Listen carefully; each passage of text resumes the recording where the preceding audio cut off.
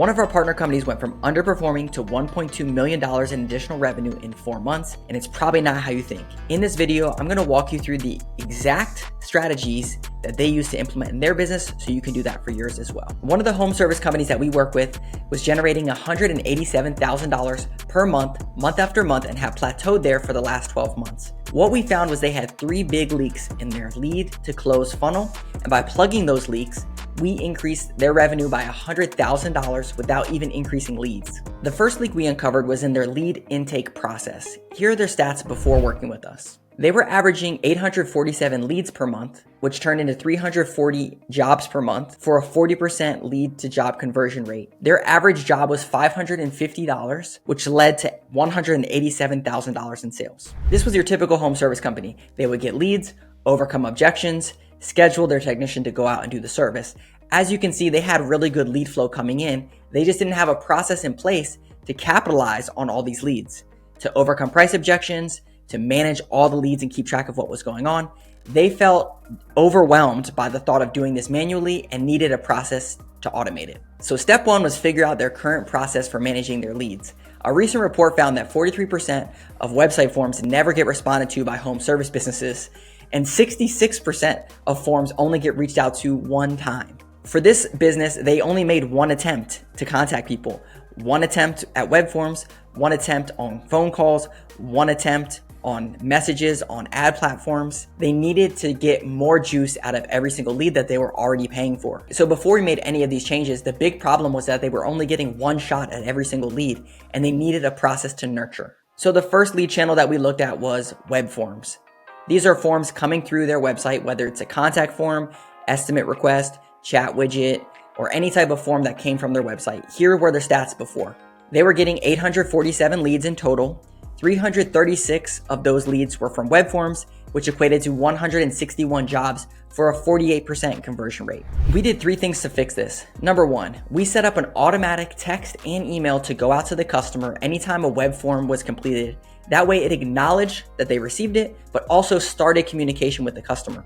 That same report found that 77% of businesses only reached out using one channel, and they're missing out on text and email. Usually it's just a call. So now they're hitting all 3, email, text, and a call when the CSR got to it. Number 2, we set up a follow-up text message that asked for more information and pictures. This not only acknowledged that they received your inquiry, but now it helps start that conversation. People would text over pictures or additional information, so that way the CSR is ready to go and communicate back and forth. The other really important piece and why we prioritize text messaging is because it gets a 95% open rate. Emails get lost, go to spam, calls get unanswered, voicemails get left. Text message, 95% open rate, which is why we want to prioritize that communication channel. And number 3, we set up a nurture sequence. After the text message, after the email, and after the call, we would put them into a 21-day nurture sequence that added value, communicated why the company was great at what they did, answered frequently asked questions, and more importantly, called them to action to say, hey, do you still want to get this service done? For demand-driven companies, for example, if you have no heat in your house, 21 days is too long. You need to hit them over those next 3 days to try to get them to schedule with you. But for a general service business that people are just gathering information, 21 days is the perfect amount of time to nurture leads. And here's the result of those 3 fixes. After, they're still generating 847 leads and 336 web forms, but now they converted 225 jobs for a 67% conversion rate, which is an increase of 19%. The second lead issue that we needed to fix was if someone called and we didn't book the job. Of the 847 leads, 511 were calls. 179 of those turned into jobs for a 35% booking rate. There are usually 3 buckets that callers will fall into. First, businesses are giving out estimates over the phone for different services. 2, there's a dispatch fee to get a technician out on site. And 3, people are just gathering information. It's extremely important that you set up a call script, and that's exactly what we did for this business.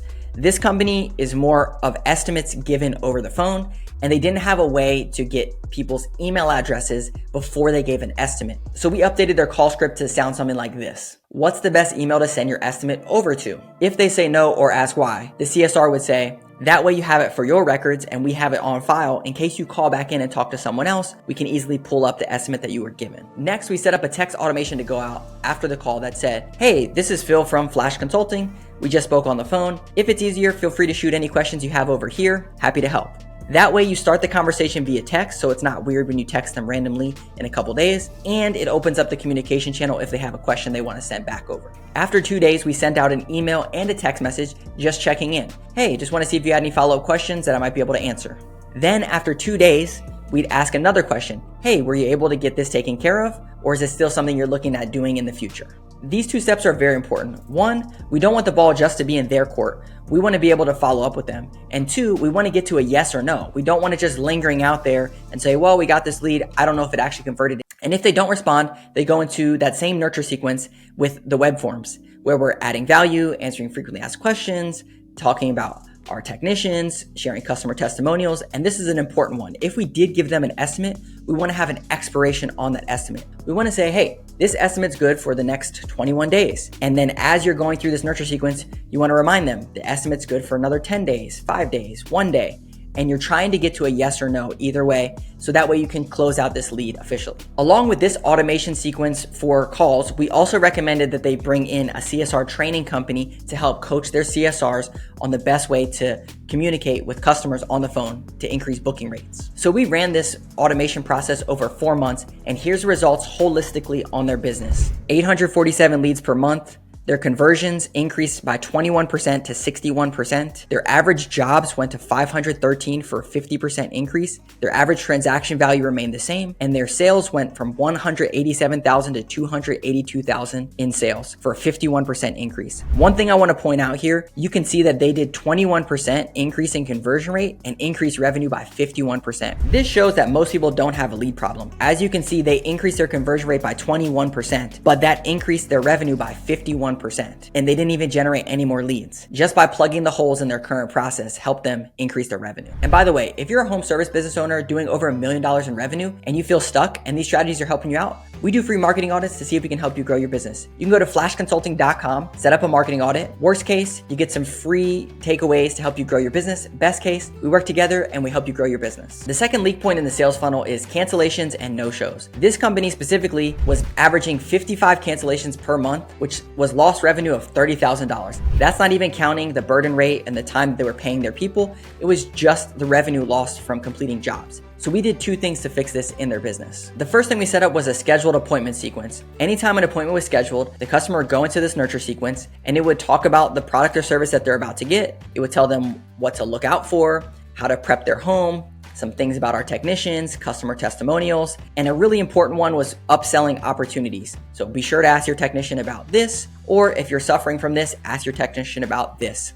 This helped decrease their cancellations because now it wasn't just a call ahead appointment or appointment text. This was something that was getting them excited for the service that they were about to receive. The second thing that we did was we set up a cancellation automation. Anytime a job was canceled, we put people into an automation that would follow up with them over the next 3 days to try to get them back on the schedule. These cancellations need to be hit hard over 3 days. Text, emails, because they wanted your service, they wanted to work with you. They just need to be called back to action to get back on the schedule. The results of implementing this cut their canceled jobs down to less than 1 per day. They went from 55 to 18, which helped generate an additional $20,000 in revenue for the business. So this business was more of a go on site, do the work. They didn't have big estimates that were sent out that needed to follow up on. But that's the third leak point that we see with most companies, is that they have estimates that they're generating out in the field, but they're not following up on these estimates to get them to close. Another company that we work with, we help them go from 46% close rate to 58% close rate for a 12% increase, all by implementing an estimate follow-up sequence. That follow-up sequence looked like this: